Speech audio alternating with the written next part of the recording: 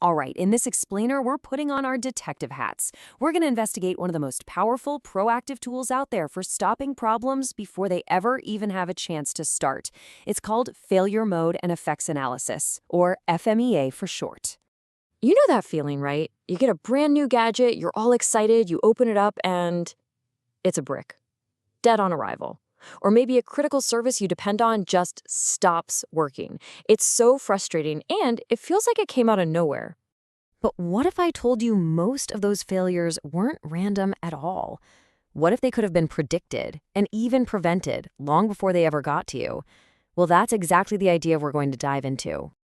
And the tool that makes this all possible is FMEA. The best way to think about it is like a detective's toolkit. But instead of solving a crime that's already happened, you're using it to stop the crime from ever being committed in the first place. So what is it really? Well, at its core, FMEA is a super structured way of asking, what could possibly go wrong here? It helps teams systematically brainstorm every potential failure, figure out just how bad the fallout would be, and then, most importantly, decide what to do about it before it happens. The investigation always starts by identifying the failure mode. This is the potential crime itself, the specific ways something could go wrong. Could a wire fray? Could the software get stuck in a loop? Could a seal spring a leak? That's the failure mode. Next up, you have to analyze the effects. This is all about the impact of that crime. So what happens if that seal does leak? Is it just a tiny, annoying drip? Or does it cause a complete system shutdown and maybe even a huge safety issue? You gotta know the consequences. And of course, every crime needs a motive. In FMEA, we call these the causes. Why would that seal leak in the first place? Was it the wrong material? Was it put in backwards during assembly? Was the design just a little bit off? This is where you get to the real root of the problem. Now, FMEA is not a one-trick pony. Just take a look here. You can see how flexible this tool really is. It's not just for physical products. You can run this kind of investigation on a product's design, a whole manufacturing process, a complex system, or even on how a service is delivered. The detective work is pretty much the same. So how does this investigation actually play out? Well, it's not just a bunch of people sitting around brainstorming. It follows a really clear, structured 10-step process to make sure absolutely nothing gets overlooked. Okay, the process flows really logically. Let's walk through the big first steps. You start by defining your scope and assembling your team.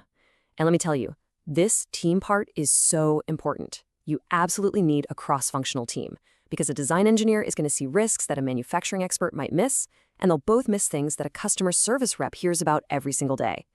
So once you've got your team, you map out the process and you start identifying all those failure modes, effects, and causes we just talked about.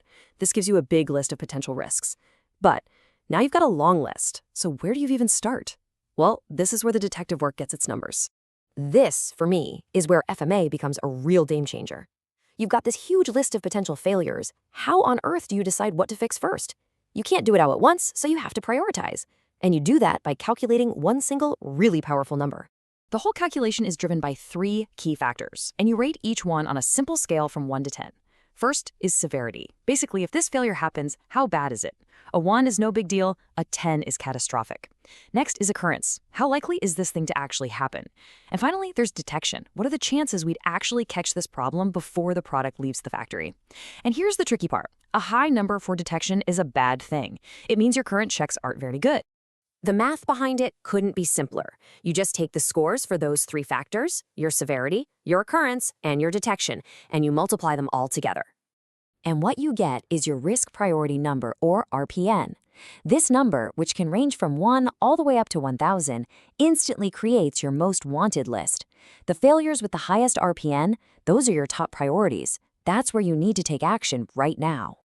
So after all this detective work, all the meetings, the analysis, the scoring, what's the actual payoff? Why do companies pour so much time and energy into this?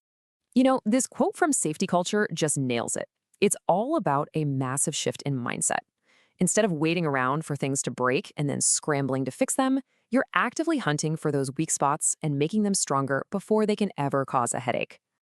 And the results? Oh, they're super tangible. We're talking about fewer warranty claims, way better safety and reliability, and at the end of the day, much stronger trust from your customers. This is how you build seriously robust, high-quality stuff from the very beginning. But, like any powerful tool, FMA is only as good as the people using it. And it's actually pretty easy to fall into a few common traps that can make the whole thing kind of useless. So let's look at how to sidestep those. So, how do you stay on track? First, FMEA can't be a one and done, check the box thing. It has to be a living document that you keep coming back to. Second, you've got to use really clear, defined criteria for your scoring so everyone's on the same page. Third, and this one is huge, don't just blindly follow the RPN. Think about it. You could have a failure that's super unlikely and easy to detect, so it has a low RPN. But what if that failure, if it happens, causes a major safety disaster, a severity of 10? You can't ignore that. High severity always needs a closer look. And finally, none of this works if you don't have the right mix of experts in the room. FMEA gives you a structured way to peek into the future, to find those problems that are just lurking under the surface. So I'll leave you with this thought. In your own work, in your projects, what hidden risk is just waiting to be found? And what could you do to uncover it tomorrow?